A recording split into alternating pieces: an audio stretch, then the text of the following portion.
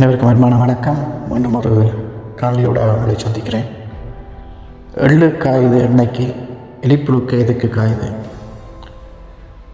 அண்மையில் களுத்துறையில் நடைபெற்ற முன்னாள் ஜனாதிபதி மஹிந்த ராஜபக்ச மற்றும் நாமல் ராஜபக்ச அவர்களுடைய விசுவாசிகளால் ஏற்பாடு செய்யப்பட்டிருந்த பிரச்சார கூட்டத்தில், கட்சி பிரச்சார கூட்டத்தில் கலந்து கொண்டு உரையாற்றிய யாழ் மாவட்ட பாராளுமன்ற உறுப்பினர் ராமநாதன் அர்ஜுனா, டாக்டர் அர்ஜுனா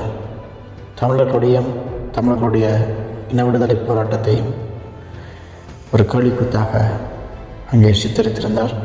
அதைவிட அவர் ராஜபக்சேயின் விசுவாசியாக, அவருடைய மகன் நாமல் ராஜபக்சேயின் உற்ற நண்பனாக தன்னை வழிகாட்ட முனைந்தார். தன்னுடைய தந்தையார் பயங்கரவாத அமைப்பில் காவல்துறையில்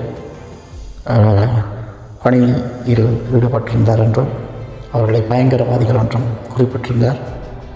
தமிழர்களுடைய வாக்குகள் மூலம் பாராளுமன்றம் சென்று அந்த மக்களின் விடுதலைக்காக போராடிய ஒரு அமைப்பை பயங்கரவாதிகள் என்றும் அவர்களுடைய போராட்டத்தை கொச்சைப்படுத்தியும் பலவாறு உரைகள் அங்கே நிகழ்த்தப்பட்டிருந்தது. இனவாதிகளோடு கூட்டு சேர்ந்து தமிழர்கள் தரப்பிலிருந்து தெரிவு செய்யப்பட்ட தமிழர்களுடைய வாக்குகள் மூலம் பாராளுமன்றத்தை அலங்கரிக்கின்ற இந்த அர்ச்சனா ராமநாதன் தமிழருக்கு எதிராக பல்வேறு விதமான செயல்களை செய்து வருகிறார். இவருடைய கடந்த கால அரசியல் என்பது மிகவும் கேவலமானது, கேலிக்குத்தானது. இப்படிப்பட்ட ஒருவரை தமிழ் மக்கள் தங்களுடைய பிரதிநிதியாக பாராளுமன்றம் அனுப்பியது மிகவும் துர்ப்பாக்கியமான நிலைமை, மிகவும் கொடுமையானது, மிக வெட்கக்கேடானது. தன்னுடைய அரசியல் வாழ்வை தக்க வைத்துக் கொள்வதற்காக மாறி மாறி பச்சோந்தித்தனமாக, துரோகத்தனமாக உரையாற்றி கொண்டிருக்கும், செயல்கள் மூலம் நிரூபித்துக் கொண்டிருக்கும் இப்படிப்பட்ட நபரை நாம் புறக்கணிக்க வேண்டும்.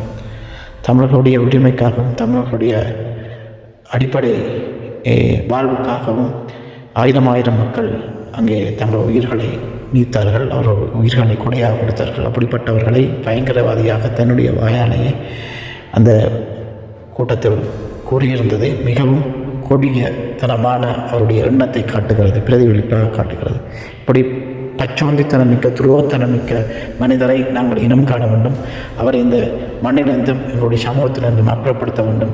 எங்களுடைய மண்ணுக்காகவும் உரிமைக்காகவும் எங்களுடைய மக்களுடைய உரிமைக்காகவும் போராடக்கூடிய நபர்களை நாங்கள் இனிவரும் காலங்களில் இனங்கண்டு அவர்களை எங்களுடைய பிரதிநிதியாக பாராளுமன்றம் அனுப்ப வேண்டும். மாகாண சபையாக இருந்தாலும், உள்ளூராட்சி சபைகளாக இருந்தாலும், பாராளுமன்ற தேர்தலாக இருந்தாலும் எங்களுடைய மக்களையும், எங்களுடைய மக்கள் உணர்வுகளையும், அவருடைய உரிமைகளையும், அவர்களுடைய அடிப்படை உரிமைகளையும் பெற்றுக் கொடுக்கக்கூடிய விதமாக போராடக்கூடிய நபர்களை நாங்கள் தெரிவு செய்ய வேண்டும்.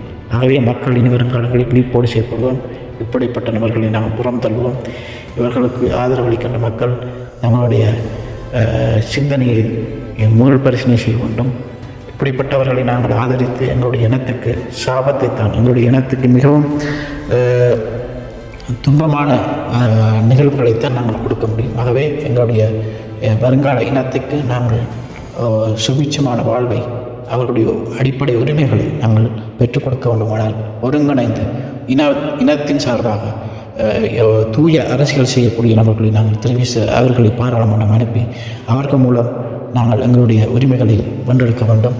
ஆகவே இப்படிப்பட்ட துரோகிகளை, இப்படிப்பட்ட பச்சோந்திகளை, இவர்களுடைய இனத்துக்கு எதிராக இனவாதிகளோடு சேர்ந்து கைகோர்த்து தன்னுடைய அரசியல் இருப்பை தக்க வைத்துக் கொள்ளக்கூடிய இப்படிப்பட்ட நபரை நாங்கள் புறந்தருவோம்.